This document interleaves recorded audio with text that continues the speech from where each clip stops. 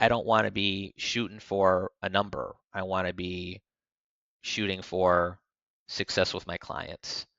And I don't want anything to affect that mentality at all. Welcome, everyone, to the Closing Table Podcast, real accounts from real estate professionals, brought to you by WindowStill. I'm your host, Kat Schooler, and today I'm sitting down with Tony Orlando, not the singer, but a Metro Detroit real estate agent with Paver Real Estate. Today, Tony and I talk about his approach to working with buyers and how he's walking his clients through the recent changes with buyers' agreements, how he makes home buying and selling enjoyable for his clients, and we talk about the challenges Tony is seeing in the current real estate market, including the need for greater inventory and how he's helping other agents stay top of mind with their clients. So, without further ado, let's talk to Tony. Tony, thank you so much for joining me today. I'd love to start a conversation with how you got started in real estate. I got started in real estate um, basically after I got tired of my old career path. I worked in sports marketing and sales for a long time for various universities and some sports organizations, and very political. The hours are insane. Not that real estate's much different, but you get to be your own boss in real estate. So what I had discovered in being in a very political environment for a very long time was that I was a little worn out, and I grew up loving sports, but working in that field, you tend not to love it as much anymore. So I thought it was a good time in my life to make a career change. I always had the entrepreneurial spirit, so I was excited to attempt to get my license and see where that could take me as an experiment at the time. Turned out it worked out quite well for me, and really happy I made the switch. Started at Keller Williams and then worked for Redfern for a little bit, and now at Paver Real Estate. So it's been a nice change from my old career path for sure. Excellent. Is there anything that surprised you about moving into real estate? Like when you had the vision, you're at your other career and you're like, "Oh, I might give this a try." Like, was it what you expected it to be? No, because in my opinion, in real estate, you obviously have to take a licensing exam, but those state exams are awful. They don't do anything to teach agents how to be good realtors. It's all legal mumbo jumbo. They want you to to lessen the liability basically as much as possible, and know a bunch of laws and all of that, which is great. But in regards to practicing real estate on a daily basis and how that's really going to help a client and how it's going to help you win over a client, because the client feels like you're knowledgeable and you know what to do from point A to point Z, it does absolutely nothing for you. So it was a little shocking to me too, because I got all excited. I heard that exam was a nightmare, and then I passed it on my first go around, and then I get into real estate, and I felt like I still knew absolutely nothing.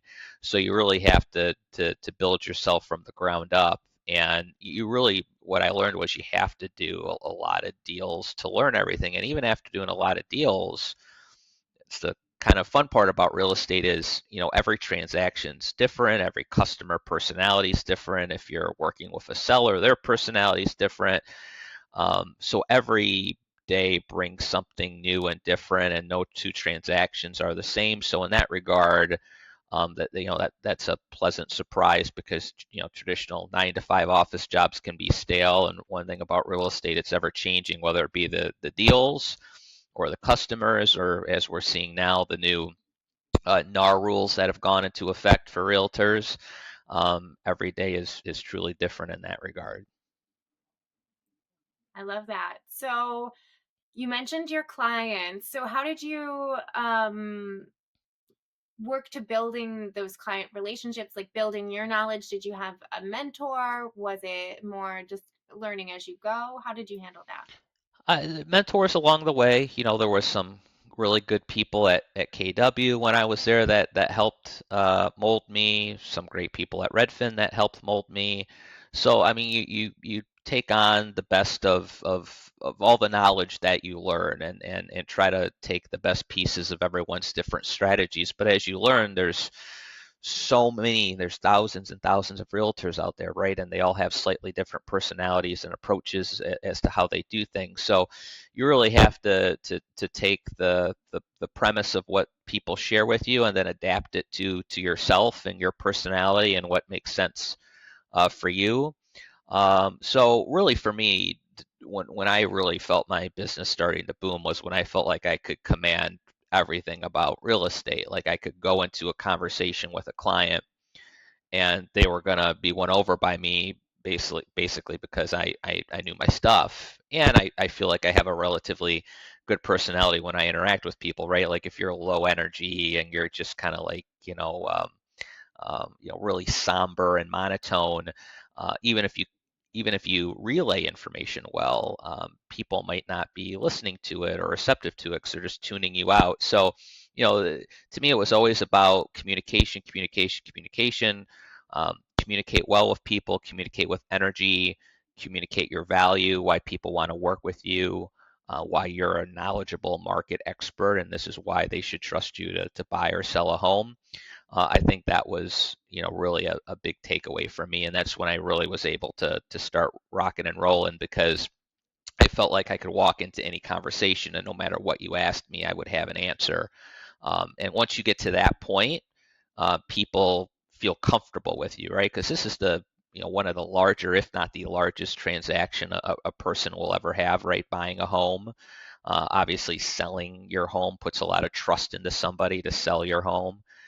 So for them to be won over by you, I feel like you have to have that command of a room, command of the conversation, and the expertise. And once I felt confident with that, I was really able to have great success. I felt like.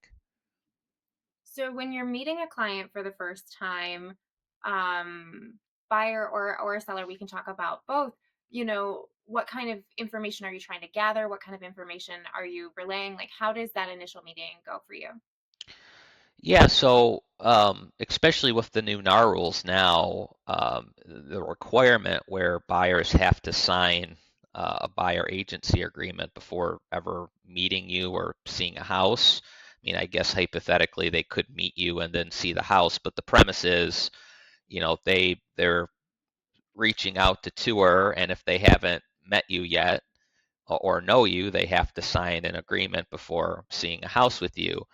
So it's really important in those conversations to not start the conversation, in my opinion, with, hey, in order to see a house, you have to sign this agreement with me, and here's what the agreement covers. Um, I have found and have heard from others. I mean, that just it's not a good approach because who in their right mind is going to sign a contract before even having a conversation with somebody, let alone meeting them? So where I try to start that with is, what has you looking at XYZ home that you want to see, and then take it from there. And the key is that, to ask open-ended questions so they're not giving you just yes or no answers. Um, and you want to get to know them and why they are looking, and what their timeline is. You don't want to come across like you're only looking for the high level stuff and you don't care, right? Like a lot of agents, not a knock on other agents, but a lot of agents, they focus a lot on, are you pre-approved, right? And a lot of the time, if the answer is no, they'll default to, well, here's a lender to get in touch with, and I recommend starting here. And then once you have a pre-approval, we can get you into a house. And to me, you're not developing a relationship then, right? You're funneling the relationship to the lender. So how do I get a client pre-approved, and not only pre-approved, but also stay working with me for the long haul? I get to know them, they get to know me. We go look at houses together, even if they're not pre-approved yet. Obviously, some listing agents would require pre-approval for some high level houses that are $1 million+ but outside of that, we'll go look at homes. I don't care if you're not pre-approved, but what we're doing, by doing that, is we're developing a relationship. So now eventually, when they are really getting the itch to buy and they feel comfortable with it, because along the way I'm trying to teach them what to look for in homes and what the real estate transaction entails. Like a lot of people don't understand, how the inspection contingency works, and If I mentioned radon to 9 out of 10 people, they would have never heard of what radon is, and that's a really important inspection item to get at a home inspection. So we're having these conversations along the way. So now, okay, I have the itch to buy. I've developed some rapport with Tony. I feel good about this. And now when they're ready to buy, they'll trust my lender recommendation, right? Because part of my job is to provide some good local lender recommendations that I know will have success when we get under contracts and we can have some leverage through quick closing, um, et cetera. So that's really what I shoot for, is try to build a relationship. And it's the same thing on the sell side. If you want someone to trust you to sell their $500,000 home, that even more importantly, right? That's almost more like I don't feel like I have to sell myself on the buy side as much as on the listing side. You very much have to, because we're in the world now where, okay, your listing commission's 1%, so why should I go with you at 1.5% or 2% or whatever it is when I have somebody offering me 1% or something lower than you? And so then you really have to just go into sell mode and have people understand, like, well, here's why you want me to be in charge of selling your house, because I know how to price homes really well, and I know how to sell homes in a timely fashion, and I'm very familiar with what the market in this particular area is doing right now. So through relaying that knowledge, hopefully it instills that confidence that, okay, of the 4 people I've talked to, this person sounds like there's somebody who can sell the home sooner than later, because they know this local market really well. So at the end of the day, it's all about relationships. The sell side, a little bit more of selling yourself to people you don't know. Obviously, repeat customers are different. The buy side's just relationship building. In this new world of real estate, if we're not building relationships really well and earning people's trust and why they should sign an agreement to tour homes and look at homes with us, you're not going to have success. And I think real estate in the months ahead, we're going to see the numbers dwindle in regards to agents that are still in the market because of that, because it's a lot more difficult now, more than ever. You have to be able to build relationships. I think it's a really important thing you noted about, focusing on the relationship building. Like, obviously, you have to get this contract signed, because it's the new rules. But it kind of made me think, like, to just come right out of the gates with it would be like offering someone a prenup to sign on the first date, right? It's like maybe a little early, and Yes. could be a little jarring. Yes, absolutely. And don't get me wrong. I personally, I could probably have a whole conversation with you about how I think the NAR rules are not in the consumer's favor, regardless of what the media will tell you and what NAR will tell you. As a realtor who works with people and does the job every day, it is not helping put power back in the consumer's hands. It's not. It's simply not. Tell me another profession. Like if you want to have a doctor appointment and you don't have a primary care physician, and you find someone online and you call their office and you try to schedule an appointment, do they send you a document that says, hey, you have to sign this 3-month agreement that says I will be your only primary care physician if we're going to, take this appointment? No, of course not. That's ridiculous. I might want to meet this doctor because I need a primary care physician, but if I don't feel comfortable with that doctor, I'm certainly not going to go back and reoccurring use. Imagine if you wanted a lawyer for something, right? Before you had that appointment, the lawyer says, okay, you're going to sign this agreement that you're going to work with me, and here are my fees for the work I'm going to do for you. And I haven't even had a true conversation if this lawyer is really going to be, on my side. Can they win the case? How knowledgeable are they in the situation that I'm encountering? So, I mean, we are the only profession I know of. If somebody knows of another, let me know, please. I'm dying to know we're not alone. But we're the only profession I know of that before meeting the licensed professional, you have to now sign a contract. I think it's the most ridiculous thing on the planet. It's terrible. And the conversations I've had with new clients, I think they're shocked by it too. So you have to create user-friendly buyer agency agreements at that point, and that's a whole nother conversation. But the premise of what we're doing here is there was a few realtors who took advantage of commissions over the course of time, and now we're all suffering for it. And I think it could have this resolution here that NAR came up with could have been a heck of a lot better for both consumers and agents. I think we went a little over the top because we didn't, we just wanted it to be over with, that's not me. That's my opinion of what NAR did. So yeah, I don't think it's great, but it really it's going to force agents now to be really good at selling themselves and their value proposition. Again, if you can't do that, you're not going to be able to make it. Certainly. One of the things you have listed on your webpage is that you like to make home buying and selling enjoyable for your clients. So, can you speak to some of the ways that you help make it enjoyable? So buying a house can be one of the most stressful things on the planet, especially in a competitive market, which we've had since the pandemic, right? It has not been easy for people to buy houses. So what I always tell people is, listen, I'm going to try to make this as stress-free as possible for you. You want to get into a house, text, call, email. I tell people I'll be the most accessible realtor that they'll ever meet, because if you do text me at 10 o'clock, I'll respond. I'm not going to be one of those people that, okay, it's 6 o'clock, I'm not going to respond anymore. It's my time. And some people do that, and that's okay. There's nothing wrong with that. But my personality is, if I'm awake at 10 p.m. at night, not doing anything, and I'm just watching a show, I'll respond. I tell people the only time you won't hear from me is if I'm sleeping, and then I'll promise I'll get back to you when I'm awake again, or if I'm in showings. So I text me when you want to see a house, and then I'll get you in there ASAP. We'll work around a time that works for everybody. We'll get you in there, and then from there, I'm going to guide you really easily. I'm going to tell you what my true estimate of the value of the house is, and then you can take that data and decide, okay, here's what I want to offer. Factor in the market conditions, obviously, and I talk to them about the market conditions.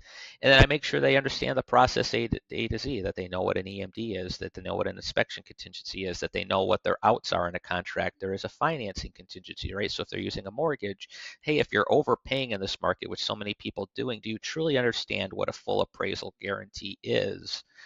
And a lot of the time, I don't think we as agents do a good enough job really making sure people understand the impact of some of the decisions they're making in the contracts, whether it be waiving inspection or doing a full appraisal guarantee. Do you really understand what that means? Are we as agents really making sure that the clients are fully aware that if they offer 60K over asking, and it appraises at value at the original list price and not what they offered, you now have a 60K gap there, and they have to bring that cash to close no matter what. They don't have an out on top of all their closing costs. So that's the part where I say take the stress off their plate, right?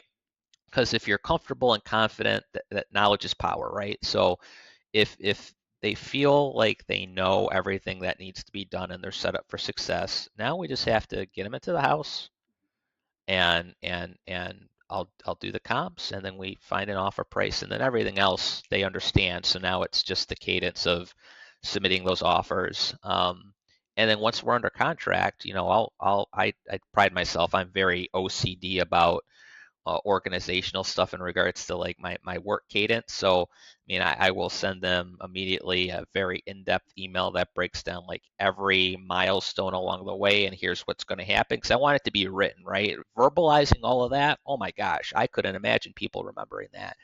But putting it down so it's documented and they know everything, it's like their punch list, right? A to Z, it really can make that experience, much better. And then keeping the communication going. I think it's so easy for agents we go under contract, and then it's like, okay, now the lender and the title company is going to take care of everything. And then I don't have to worry about seeing my client till close again, especially for agents who have transaction coordinators. And I think those touch points still as an agent are really important, letting them know that, hey, I checked in with the seller's lender, or I checked in with your lender, depending if it's a buy or sell, and everything's on track, and we got through inspection. They didn't ask for anything. All these different communication points along the way, so people feel like, again, knowledge is power. They feel like they're in the know where everything's at. that really does take away the stress of the deal. So that's really the most important thing to me. I never want a client. You can say a lot of things about me, but I would be shocked if someone said after the fact that Tony did not communicate along the way. So that's really what I try to focus on is if we're communicating well, the client should be happy because I think a lot of the time when we're making these big purchases, our biggest concern is I don't know what's going on, and there's a lot of anxiety in the market right now with again buying a home, and you don't want people to feel that. You don't want them to have that anxiety. So I really try to focus on those things. Wonderful. And do you have any memorable client stories where you helped someone buy or sell their home? My probably the most like just emotionally impactful for me was I was working with first time buyers, a young couple in the Ann Arbor, Chelsea area.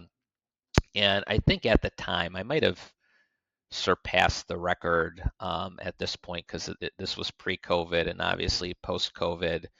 I felt like I was writing sometimes 20 offers for clients Mm. before we'd get one accepted. But pre-COVID, when it wasn't as commonplace, I believe it was 11 offers was the record I wrote for this young couple, and I saw so many houses with them and so many houses along the way that they loved and got excited for. But as with most first-time buyers, right, you sort of have the highest you can go. There's that max budget, whether it be down payment or your pre-approval, et cetera, and you can only do so much. And losing 11 homes for them, I felt like it was just, I think we all felt like at some point, are we ever going to find a house for them? Are they ever going to find a house? And so after 11, getting number 12 under contract, and then I remember what happened with that was, and this is getting into real estate nerdum now, but Ann Arbor is very well known for Orangeburg sewer line, which is like there's very few things in real estate when you have an inspection, you hear it, you can like even a roof, you can find a path forward. But a lot of the times, if I hear knob and tube electric or Orangeburg sewer line, you sort of feel like the deal might be dead on site or a foundation issue. Those are like the big three. So we get all the way to this point, and there's Orangeburg sewer line here, which basically is the equivalent. A great inspector told me one day when I was early in my career and kind of learned why Orangeburg's so bad. Imagine a toilet paper roll as your sewer line, and then it's just covered in tar, and imagine how long that's going to last over time. And a lot of these houses in Ann Arbor, they haven't replaced them yet, and it's just a matter of time before they go. It's not even allowed to be used anymore. That's just a thing that was done. It originated in Orangeburg, New York. That's how it got its name, and eventually they stopped using it because it doesn't last. And obviously, if anyone knows, like if your sewer line, caves in or um, um, there's a problem, it's going to cause other problems, right? So so I'm like, okay, house 12, and now we have this huge problem, and it kind of broke my heart. I could see the anxiety on their face, and a lot of the time you can't work through those deals because the seller will only budge so far, and the buyer sometimes, regardless of whether it would be fixed or not, again, you hear certain things, and it's like, okay, I just want out. So my enjoyment out of that was those were one of the few where it was one of the big three like terrifying inspection issues that we got through a negotiation, um, and the sewer line was able to be replaced through that. I think we got him a concession, and we ended up closing on that house. And I remember asking them in hindsight, like, okay, you lost so many houses along the way. What was it worth it? And they told me like, this is by far and away the best house we've had, and we're happy. So, I always like to use that story to clients who are going through similar issues because I actually tell them like, hey, not to make you think it's a Tony thing, but I have written this many offers for people before and they have lost, but we always find a way forward. You're not alone in this journey of hardship and in buying a home, and I had that couple tell me like number 12 was the magic one, and they're happy that they had to go through those pains to get to that one, even with the stress of the inspection negotiation. So um, that will forever be, my most memorable story, just because to that time it was the most offers I had written. Again, it was a young couple, and they were a great young couple, and it was just some hardships. But now I love that story because I can use that in relaying to other people, like, hey, it's a tough market, but there's a light at the end of the tunnel. It's a journey, and don't expect it to be this easy. I find a house I love and it's a done deal. If you have an unlimited amount of money, sure, it can be. But if you have a budget like everybody else that you have to stay in this market, it might be a journey, and know that there's that light at the end of the tunnel. And I have people who've gone through that can, share that experience with you. That's great. Yeah, it's a little glimmer of hope. Yeah, you need to have that in this market. I think it might be starting to soften a little bit now that we're in September, but for years now, it's again, ever since the pandemic, it's ridiculous. I mean, one day on the market, a house goes 100K over asking, and a lot of people are like, how can I compete with that? It's really hard to buy a house in America right now, and that's certainly something that we as realtors need to be cognizant of, and explain to people, like, this is not an easy process. We'll be by your side to help you however we can, and guide you through the journey and put you in a position to win. But we have to set expectations and help them realize, like, this has not been an easy market right now. This is a great segue into honestly one of my favorite questions I love asking agents is what do you think is the biggest challenge in the market right now and how are you working to overcome it? The biggest challenge, no doubt in my mind, has been inventory. It's not so much interest rates, it's inventory. People who need to buy will buy regardless of interest rates. And interest rates, even though they've been high in the history of real estate, they're not that bad, right? I mean, I've worked with many people who bought houses before, and they're like, Tony, all this talk about 6 7%, I had 12, 13, 14% interest rate on my house. So we don't do a good job in the media or as realtors really explaining that to people, especially first time buyers who just hear the media narrative that rates are so high and it's making it so unaffordable.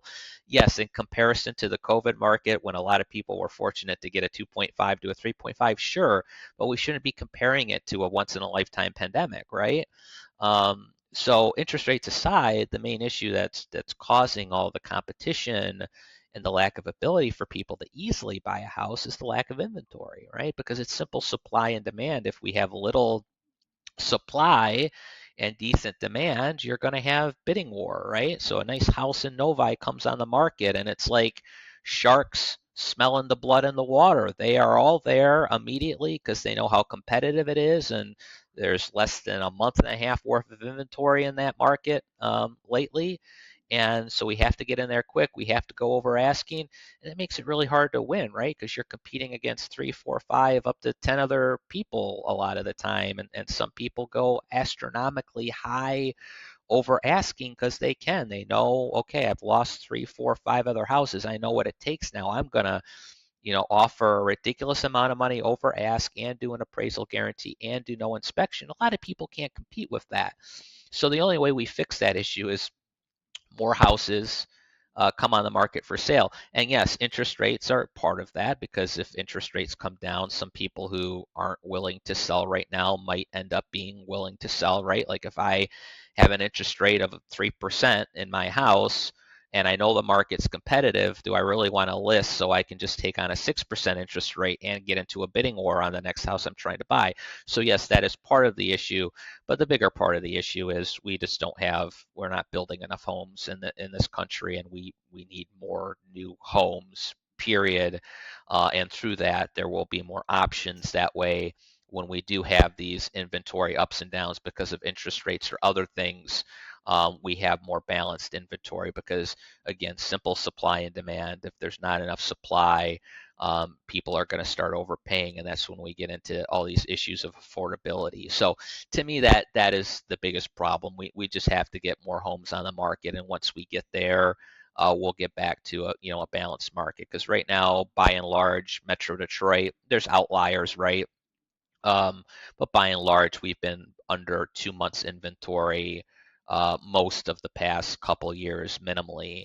And to be in a balanced market, you need at least 4 or 5 months worth of inventory. So we've been at two. So we've been in an extreme seller's market, And there goes that's why we have the narrative about the American dream of being able to buy a house is gone, because when you have that extreme of a seller's market, first time buyers are having a hard time even creeping into that entry level price point now, because that entry level price point used to be like 150, and now nationally it's closer to 300 some. So it's a lot tougher for people now more than ever. So fix that inventory problem, and it's easier said than done, obviously. But to me, that is the you know uh, underlying issue with why we're running into so many problems.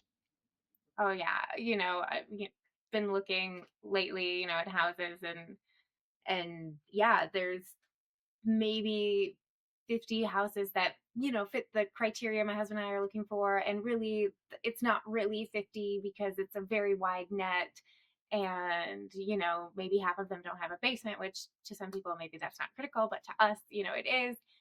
And then you are maybe seeing builders respond a bit differently, at least in the area of Michigan I grew up in. Never saw a townhome.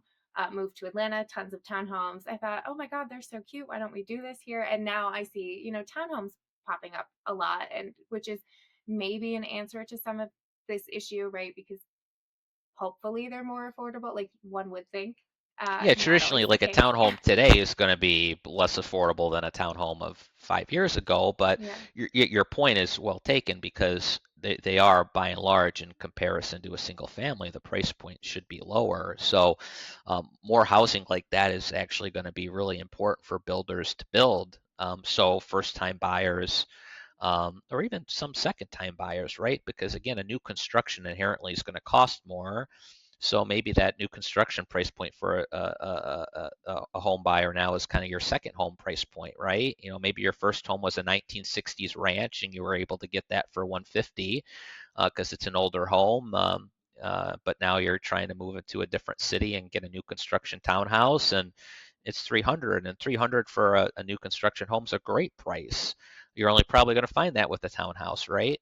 Um, but that still, for a lot of first time buyers, is over budget. So it might even be a second time buyer situation, right? But yeah, we need diversity of homes. There's a reason why I think this in Canada it's caught on quite a bit from what I've read. Small homes, right?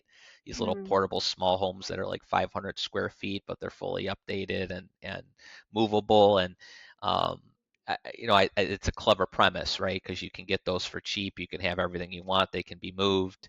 And your cost of living is not gonna, you're not gonna break the bank on a house, right? So I think we need that diversity. I mean, bring concepts like that here into America that are a little bit more common, right? Like the more diversity of housing, the better. It's okay, we can build large single family homes for upper income folks, but we need to focus on people who are first time, second time home buyers too. So that's where that diversity comes into play. Ooh, I love it. Yes, need a diversity of houses. Are there any myths in that you're seeing out there about real estate that you would like to bust? I don't know if there's like a particular myth. I think I've picked up on this from people. I tell people this very often. In real estate, you're doing sales, yes, but I always preach to folks. I think the biggest hurdle we as realtors have to overcome is I think a lot of people equate us with a comparable of, which is what I use, is of a used car salesman. Or I always tell people, like, I hate walking into furniture stores because the moment I go into a Gardner White, it's like, again, it's like sharks smelling blood. There's fresh meat who just walked in the door, and there's like 3 4 people constantly asking me, and oh, let me show you this, and oh, that we got this special. It's like, just leave me alone. If I want to look, and then if I want to buy something, I will find you, I promise. But you tend to just feel like you're getting roped into conversations and being sold something all the time, and it's really frustrating. And I feel like people have the expectation that a realtor's trying to do the same thing, right? Like I think that a person's narrative in their mind might be, I just want to see the house. And now I got this guy who's asking me all these questions, I just want to see the house. So what's your end game here, dude? I feel like a lot of people are thinking. And what I try to explain to people is I didn't get into this profession to be a used car salesman or a furniture salesman. I got into it to help people.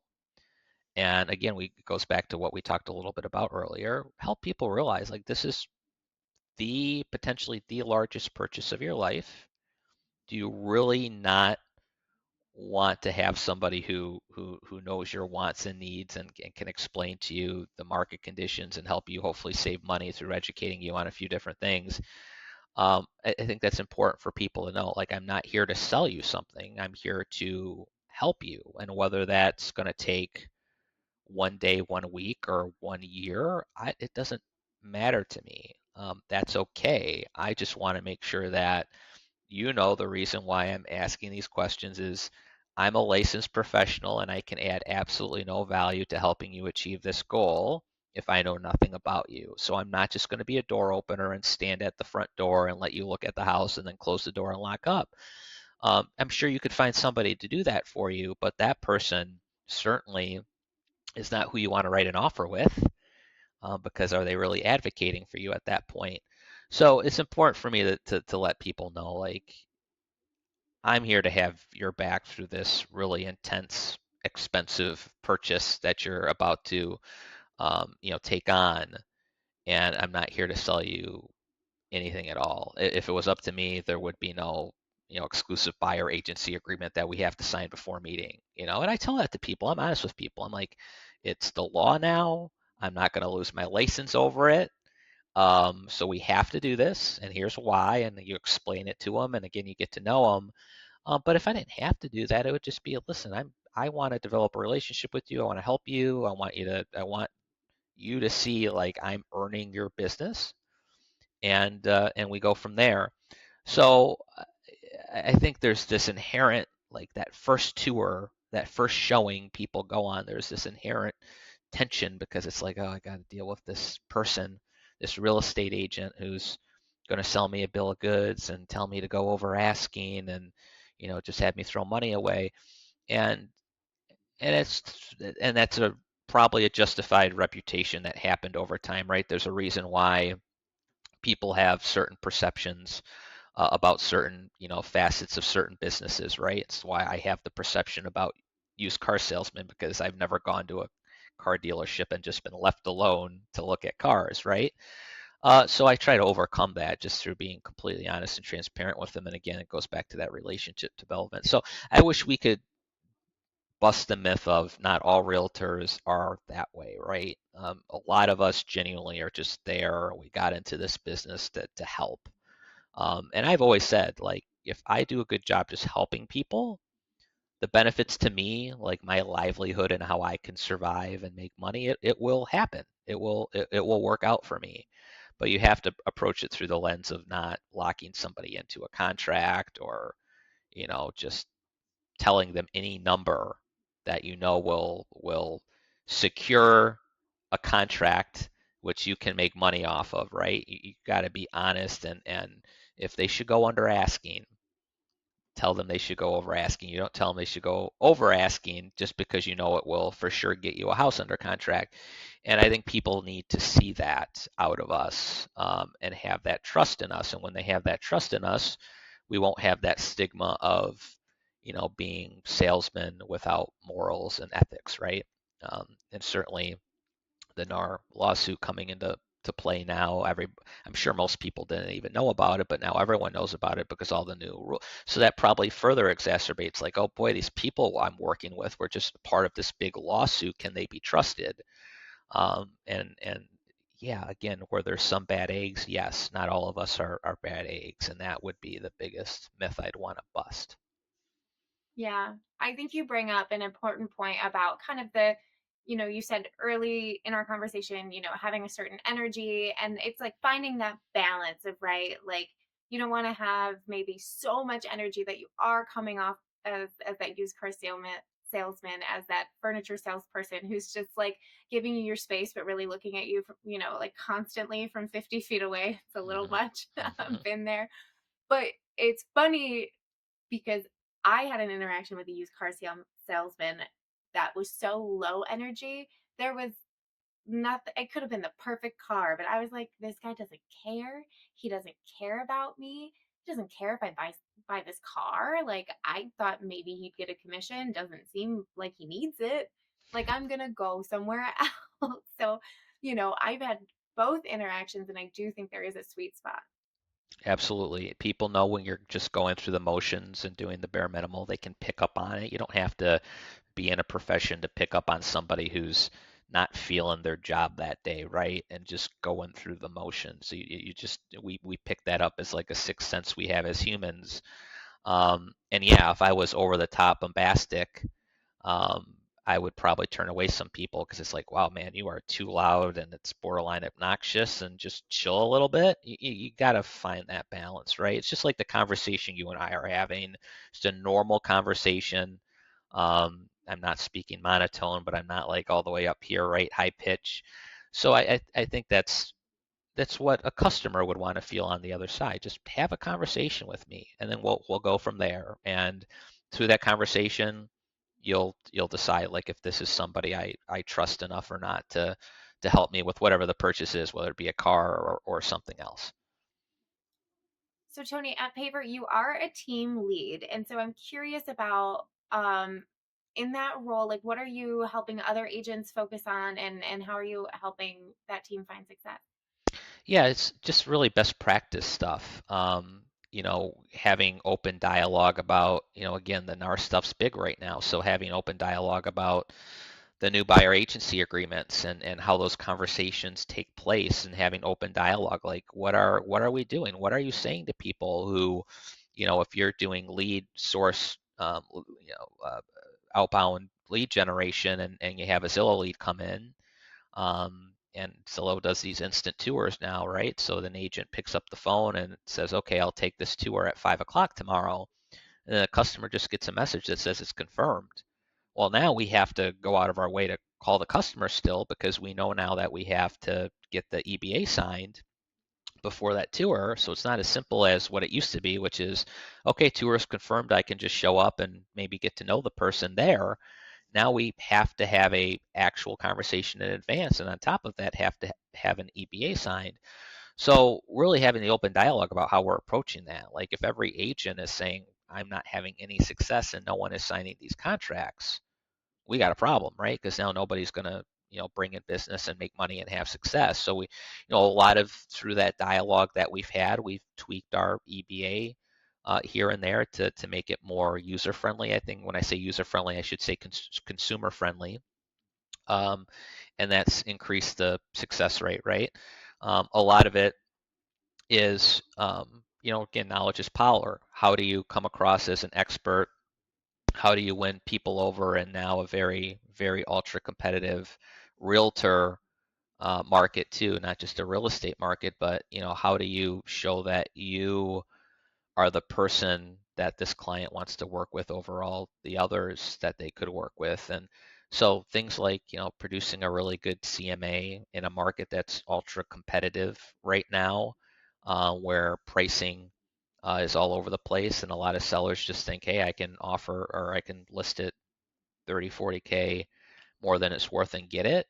We still have to articulate to buyers what it's actually worth and explain the pros and cons of going over asking and let them know where their equity is going to be if they go in over asking versus what the home's actually worth, or whether it just be using your CRM really well for follow-up, right? A lot of our business is just remembering birthdays and anniversaries and okay, it's been 3 months since you closed, have you reached out to these people to celebrate these milestones and do touch points? Because as realtors, our biggest source of business is referrals and repeat customers. And the most successful realtors is if you do that the right way, you don't need the Zillows and the Redfins of the world anymore. You can just really focus on all the referrals and repeat customers that you've generated over time. But you can't do that if you don't have those built-in touch points. So using the CRM to your advantage for that, getting people data every now and again about, okay, you bought this house with me 2 years ago. Here's what it's worth today. So you bought it for 350. It's now worth 400, right? That might entice somebody eventually to say, okay, it might be a good time to list.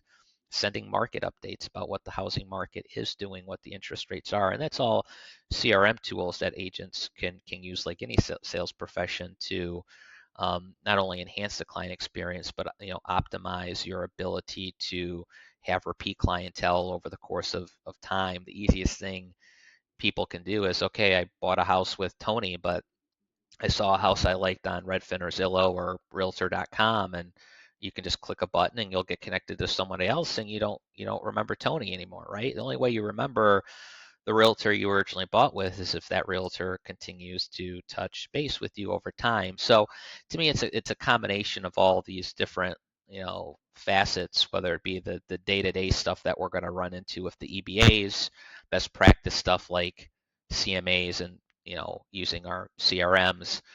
These are all the sorts of things that as a team lead I like to focus in on with agents so they can optimize their business as much as possible, and we're getting ahead of any issues that are actively occurring. Just getting a feel for how agents feel right now, and what are you getting a lot of leads? Are you not getting leads? Or what are the conversations like when we're having these first tour conversations? I mean, that's really important so we can have that dialogue and then just grow together. I think it's really important, what you're saying about the touch points and staying top of mind, because I actually think a lot of people maybe don't know that when you like request a tour on Zillow or any of these sites, that you are going to be put in touch with, a buyer's agent who's grabbing that lead. I maybe they think, oh, it's just casual, like I can, show up at a car dealership and just look at a car. Hmm. Um, and then you're kind of like embroiled in working with this other person now, or having maybe an awkward conversation, which nobody wants to have an awkward conversation. um what do you see for people on your team as like being most successful in staying top of mind? Is it digital newsletters? Is it physical newsletters? And are you seeing people take different tactics with different age groups of clients? Yes, absolutely. So age group wise, younger folks, best response rates through text, not phone call or email, right? So you do want to adapt that. Certainly in elderly demo, we find more success with um, email communication or phone communication. Um, Obviously, a great tactic that realtors can use, especially for younger clients, is finding a way to connect with those clients on Facebook or TikTok or Instagram, right? Because you can do touch points through that too, especially if you have your own real estate page and it's business specific, and you can post graphics at that point, and they see that stuff, right? They see it on their feed, and that keeps you in the top of their mind. But in general, it's just doing a variety of touch points, I think, and because that can be adaptable to all age groups, right? Because I could call somebody who's 25 and not expect a response on the phone, but I can still try, and then if not, then I can default to the text or email or social media, whatever it may be. But it's doing a little bit different, right? You don't want to have this unintimate relationship after the purchase either. So you want to integrate some phone calls, especially for large milestones. Them hearing your voice can go a long way. Again, them seeing you on social media, if you can get them to be your Facebook friend or something else, that's certainly helpful.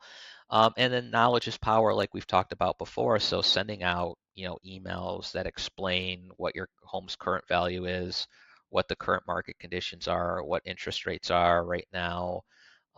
All those things combined can really help set agents up for success. For again, I always say the biggest thing is make sure the client doesn't forget you. And if they don't forget you, they're probably going to say when it's time to sell, "Oh, Tony's my realtor," because I've been communicating for Tony 3, 4, 5 years after we bought this house together. So they're just going to immediately default to you. And sure, you might have to earn their business still. Now you're selling their house. It's a completely different experience selling a house for someone versus helping them buy. Again, as we talked about earlier, like the listing site can be more sales focused. So yeah, they might interview you with maybe two other agents and compare, but at least you're one of the invited, people to take the interview, right? Because they remembered you. So it's all about just making sure they don't forget you at the end of the day. Lovely. And then, Tony, did you set any goals for this year? And if so, would you like to share them with us? So I'll be honest with you, I don't set personal goals because what I've learned through being in this business a long time is you can set a goal for yourself and you could say, I'm going to do 40 deals this year. It's easier to do a deal volume, in my opinion, than a financial sales number because housing price points vary so much, right? I could sell, 5 houses at $1 million and I'd have to, sell, double for, if it was 200, 250. So the price points vary so much. So, but I don't even set deal counts because early on in my career, I learned that by focusing on that end goal, you inherently will compromise your integrity and values a little bit more than you'd like to. And you're probably doing it subconsciously. But if I know I'm one deal away from my goal, am I going to be a lot more pressure oriented on that really active buyer I'm working with right now? And at inspection, am I really going to tell them like this isn't the house for them and they should back out? You like to think we as humans aren't flawed at all, and we wouldn't.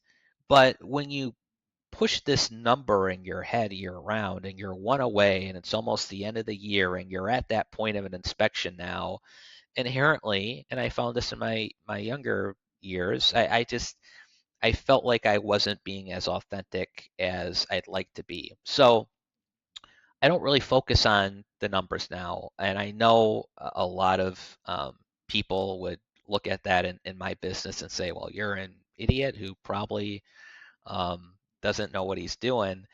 And all I can respond to that is this: by not doing that, I've been successful. Because really, all I deal with is control what I can control. I know I'm going to meet an abundance of people. I know I'm going to develop relationships. I know I'm going to earn their trust. And it goes back to what I said a little bit earlier. I feel like for me personally, if I just come from a place of care and help and guidance and do it the right way, then good things will happen to me. And sometimes that means it's going to take a year to close a deal, but sometimes that'll mean a deal closes in a month or 2 months. It all evens out in real estate at the end of the day. But I don't want to be shooting for a number. I want to be shooting for success with my clients. And I don't want anything to affect that mentality at all. And I think setting arbitrary goals can affect your mentality and how you approach your job. So um, that I know that sounds like maybe a silly answer, but that's just my personal philosophy. So, and again, it's suited me well. I've never not been able to look back at my end of year and say, I'm poor, I don't have money, I can't buy what I want to buy, I can't go on a vacation with my family. So it's served me well. And so I stick to that because if it's not broke, don't fix it. Certainly. I don't think it's silly at all. I actually thank you for sharing your perspective because it's so unique. And I think there are probably other people out there just like you who maybe would otherwise feel pressured to like have that number goal because so many people do it. And, so if you're one of those people out there, I think, it's safe to say Tony gives you the permission. I give you the permission to not set a goal. Like if that's not working for you, don't do it. Yeah, and it's Um, different for like if I was managing a team, um, or in a full-time position, I should say, like, I'm an independent contractor still, right? And the agents I work with are independent contractors, so you can't force people to do things. But let's say you're in like a real estate management role as a full-time employee, because there are roles like that out there. You certainly want to emphasize goals for agents at that point. You just don't want to have conversation with agents and say don't have goals and don't shoot for this and that and that, because then what value are you adding as a manager? So I get both sides of the coin, but since I'm my business mainly, right? That's my own personal mentality. I've worked in management before where I managed a real estate team as a W-2 full-time employee, and it was all about numbers, and it was all about goals, and it was all about volume and what you're doing, and we coached everything toward that, and that's okay. Um, some people need that, right? And that's my point probably if I was to take away from what we're talking about here. Every personality is different. Some people might need a manager staying on their case and having them shoot for goals and numbers because it fires them up, right? And creating like a competition like environment. People can thrive on that. A lot of people thrive on that and it pushes them further to do well. So there's pros to that. But some people like me, when you just kind of go off and become your own agent and you're not a part of um, whether it be like a company like Redfin or you're not part of a large team at like a Keller Williams or something else where it's just more you running your own business, right?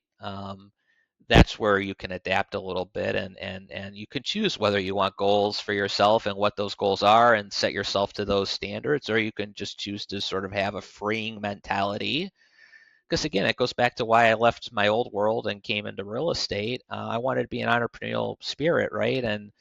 And not having this daily sales goal or number I have to attain to feel like I'm valuable and what I bring to the table is valued.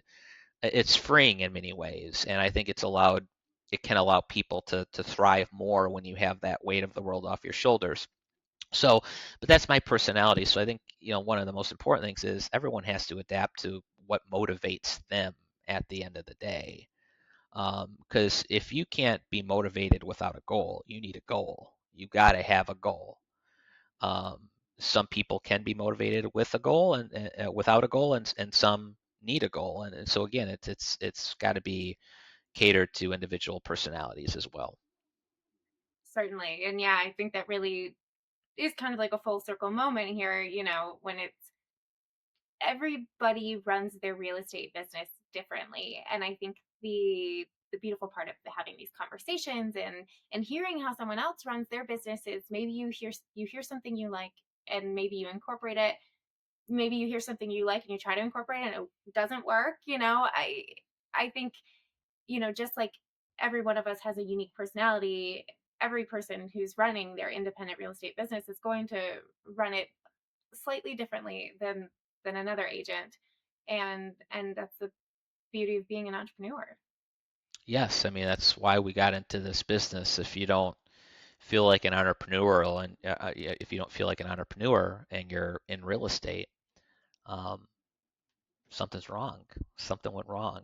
Um, so it's you're an independent contractor. It's freeing. You can control your hours and take a day off or a mental break when you feel like you need that mental break. And it's hard to do that with a W-2 9 to 5 job for people. And some people much rather, I'm sure, on the other coin, have the W-2 9 to 5 because it's more stable too and constant. And again, that goes back to everybody's personalities are different. I can be happy in either or because I did W-2 a long time. I even did W-2 in real estate. And now I'm back to independent contractor. I could certainly go back to W-2 again. Um, but when you're doing a real estate transaction, you're really your own boss at that point, and your broker is there to support you and make sure that if you have any legal concerns or you don't understand something in a contract, they're there for you. But outside of that, that whole interaction with the client, that process of writing a contract and explaining the terms and conditions and determining a home value, that's all between you and your client, and no one else is involved with that. There's no one looking over your shoulder and any of these, no matter what sort of real estate job you're in. And if you like that feeling and that's an environment you can thrive in, that's certainly a great part of real estate. Well, Tony, thank you so much for your time today and sharing your story. Would you like to direct people how they can find you and work with you? Yes, absolutely. Feel free to go to my website, paver.homes. It's not .com, it's .homes, so Paver dot homes. slash Tony. And from there, you'll be able to, schedule tours or give me a phone call, send me an email. So feel free to reach out, please. Awesome. And we'll put it in the show notes so you're just a click away. Tony, thank you again so much. Yeah, thank you. Appreciate it. Thank you for listening to the Closing Table podcast, brought to you by WindowStill. I'm Kat Schooler. Please be sure you're following our podcast on Apple or Spotify, and if you're part of our YouTube audience, make sure you hit that subscribe button. If you're enjoying this podcast, please feel free to leave us a comment or review. It helps us find more amazing listeners like you. Thank you so much, and we'll see you next time.